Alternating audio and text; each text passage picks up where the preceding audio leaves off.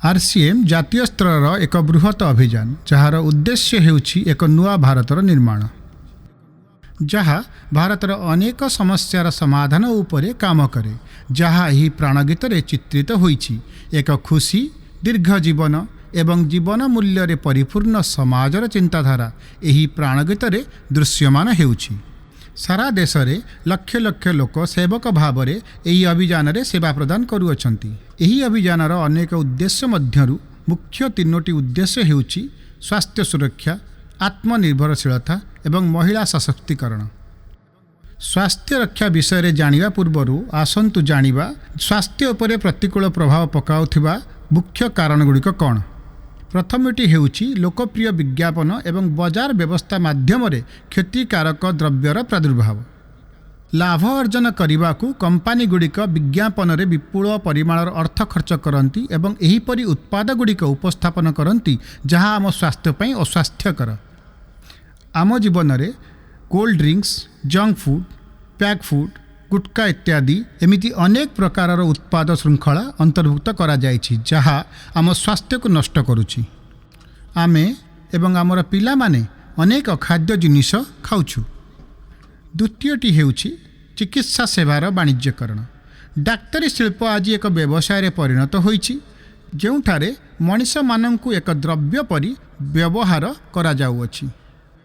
अनावश्यक औषध, अस्त्रोपचार, डाक्तरी परीक्षा मनीष यही सब असहाय भाव में बहन करुछि।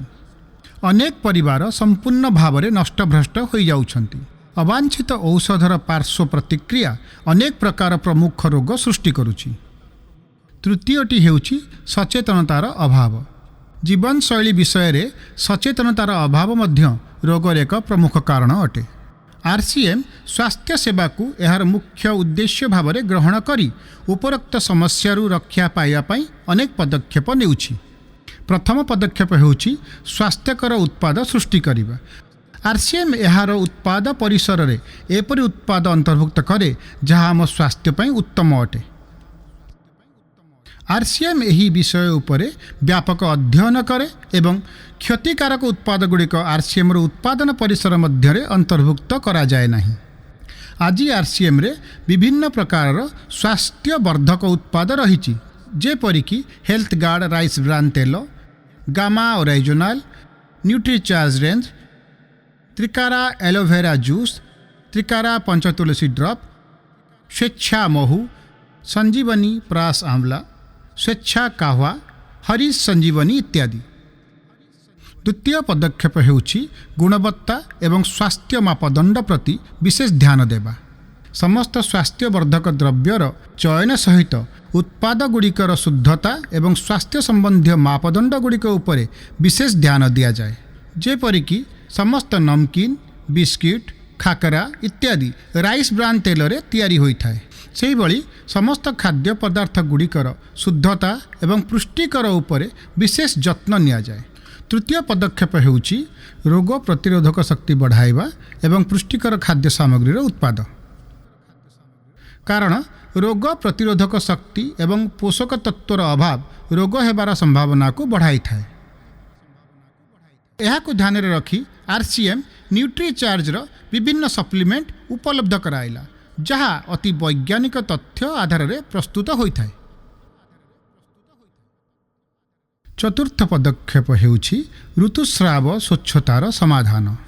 सचेतनतार अभाव हेतु महिला एवं किशोरी बालिका माने एही संबंधी अनेक समस्यार सम्मुखीन हेउछंती। एथिपाई आरसीएम उच्च मानर सूता कपड़ार सानिटारी पैड एवं स्वतंत्र गुणात्मक इंटीमेट वाश भली उत्पाद बाहर करिछि एवं एथि सहित सेमानंको शिक्षा देवा पाई मध्य विभिन्न स्थान रे स्वच्छता शिविर आयोजित करुछि। पंचम पदक्षेप हेउछि विषमुक्त चाष को प्रोत्साहित करिबा।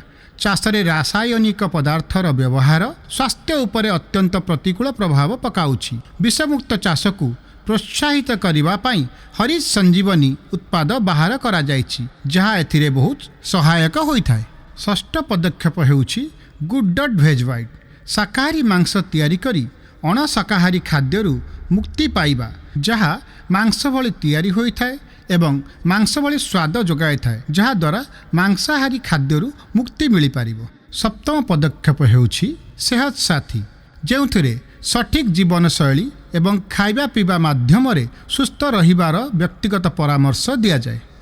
ଆମର ଦ୍ୱିତୀୟ ଗୁରୁତ୍ୱପୂର୍ଣ୍ଣ ଉଦ୍ଦେଶ୍ୟ ହେଉଛି ଆତ୍ମନିର୍ଭରଶୀଳତା। ଆଜି ଆମ ଦେଶରେ ବେକାରୀ ସମସ୍ୟା ଅପେକ୍ଷା ଏକ ବଡ଼ ସମସ୍ୟା ହେଉଛି ଯେ ଲୋକମାନଙ୍କ ପାଖରେ ପର୍ଯ୍ୟାପ୍ତ ଆୟର ରାସ୍ତା ନାହିଁ। RCM ଲୋକମାନଙ୍କ ପାଇଁ ନେଇ ଆସିଛି ନିଜ ପାଇଁ କାମ କରୁଥିବା ସମୟରେ ଅତିରିକ୍ତ ଆୟର ସୁଯୋଗ। ଏହି କାର୍ଯ୍ୟ କରିବା ପାଇଁ କୌଣସି ବିନିଯୋଗର ଆବଶ୍ୟକତା ନାହିଁ, କୌଣସି ବିପଦର ଡର ନାହିଁ। ଆପଣ ଏହାକୁ ଖାଲି ସମୟରେ କରିପାରିବେ। ଆପଣ ଘରେ ବସି ସାରା ଦେଶରେ କାମ କରିବାର ସୁଯୋଗ ପାଇବେ ଏବଂ ଏହା ହେଉଛି ସବୁଠାରୁ ବଡ଼ ସୁଯୋଗ। ତୁମର ଆସନ୍ତା ପିଢ଼ି ପାଇଁ ଏକ ଉତ୍କୃଷ୍ଟ ରାଷ୍ଟ୍ରର ନିର୍ମାଣ କରାଯାଇପାରିବ। ଆଜି RCMରେ ଶହ ଶହ ପରିବାର ଅଛନ୍ତି ଯାହାର ଦ୍ୱିତୀୟ ପିଢ଼ି ଏହି ସୁଯୋଗର ଲାଭ ଉଠାଇବାକୁ ସକ୍ଷମ ଅଟନ୍ତି। ଆଜି ଏହି ଅଭିଯାନ ଦେଶର ପ୍ରତ୍ୟେକ ରାଜ୍ୟରେ ବ୍ୟାପି ସାରିଛି ଏବଂ ଗାଁ ଗାଁ ପର୍ଯ୍ୟନ୍ତ ପହଞ୍ଚି ସାରିଛି।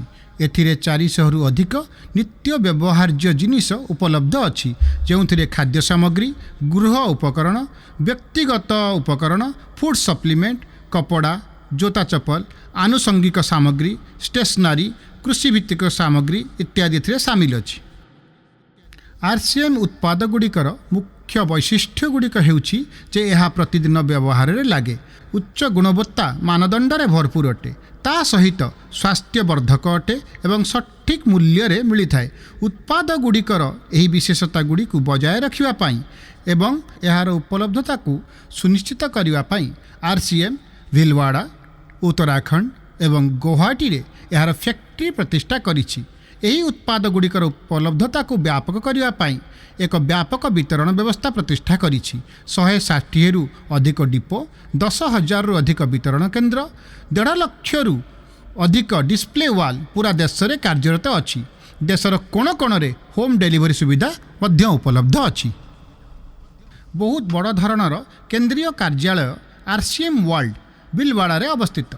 RCMରେ କାର୍ଯ୍ୟ କରୁଥିବା ଯେକୌଣସି ସାଥୀ ଏଠାକୁ ଦେଖିବାକୁ ଯାଇପାରିବେ। RCMର ଅନ୍ୟ ଏକ ମୁଖ୍ୟ ଉଦ୍ଦେଶ୍ୟ ହେଉଛି ମହିଳା ସଶକ୍ତିକରଣ, ଯେଉଁଥିପାଇଁ ଅନେକ ଗୁଡ଼ିଏ କାର୍ଯ୍ୟ କରାଯାଇଥାଏ।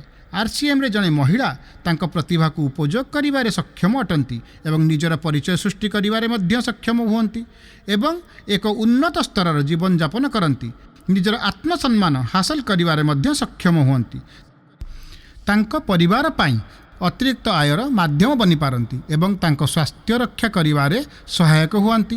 ଏଥିପାଇଁ RCMରେ ମହିଳାମାନଙ୍କର ପସନ୍ଦର ଏକ ସ୍ୱତନ୍ତ୍ର ଉତ୍ପାଦ ଶୃଙ୍ଖଳା ଅଣାଯାଇଛି ଏବଂ ସେମାନଙ୍କ ପାଇଁ ସ୍ୱତନ୍ତ୍ର ତାଲିମ କାର୍ଯ୍ୟାଳୟ, ପ୍ରେରଣାଦାୟକ କାର୍ଯ୍ୟକ୍ରମ, ସମ୍ମାନ ସମାରୋହ, ବିଭିନ୍ନ ସ୍ଥାନକୁ ବୁଲିବା ପାଇଁ ଯିବାର ବ୍ୟବସ୍ଥା ଇତ୍ୟାଦି ଅନେକ କାର୍ଯ୍ୟକ୍ରମ ଆୟୋଜିତ କରାଯାଉଛି। ଆଜି ଲକ୍ଷ ଲକ୍ଷ ମହିଳା ସେମାନଙ୍କ ନିଜର ପରିଚୟ ବନାଇବାରେ ସକ୍ଷମ ହେଉଛନ୍ତି ଏବଂ ଏକ ସୁଖମୟ ଜୀବନ ଅତିବାହିତ କରିବା ପାଇଁ ସକ୍ଷମ ହେଉଛନ୍ତି। ଏହି ଉଦ୍ଦେଶ୍ୟ ଗୁଡ଼ିକ ଉପରେ କାର୍ଯ୍ୟ କରିବା ବ୍ୟତୀତ RCM ସଂସ୍ଥା ଏବଂ RCM ସେବକ ଏକତ୍ରିତ ହୋଇ ଅନେକ ସାମାଜିକ କାର୍ଯ୍ୟକଳାପ ପରିଚାଳନା କରନ୍ତି, ଯେପରିକି ରକ୍ତଦାନ, ବୃକ୍ଷବୃଦ୍ଧି ଅଭିଯାନ, ସେହତ ସାଥୀ ଏବଂ ବିଭିନ୍ନ ସାମାଜିକ ସେବା କାର୍ଯ୍ୟ ଇତ୍ୟାଦି।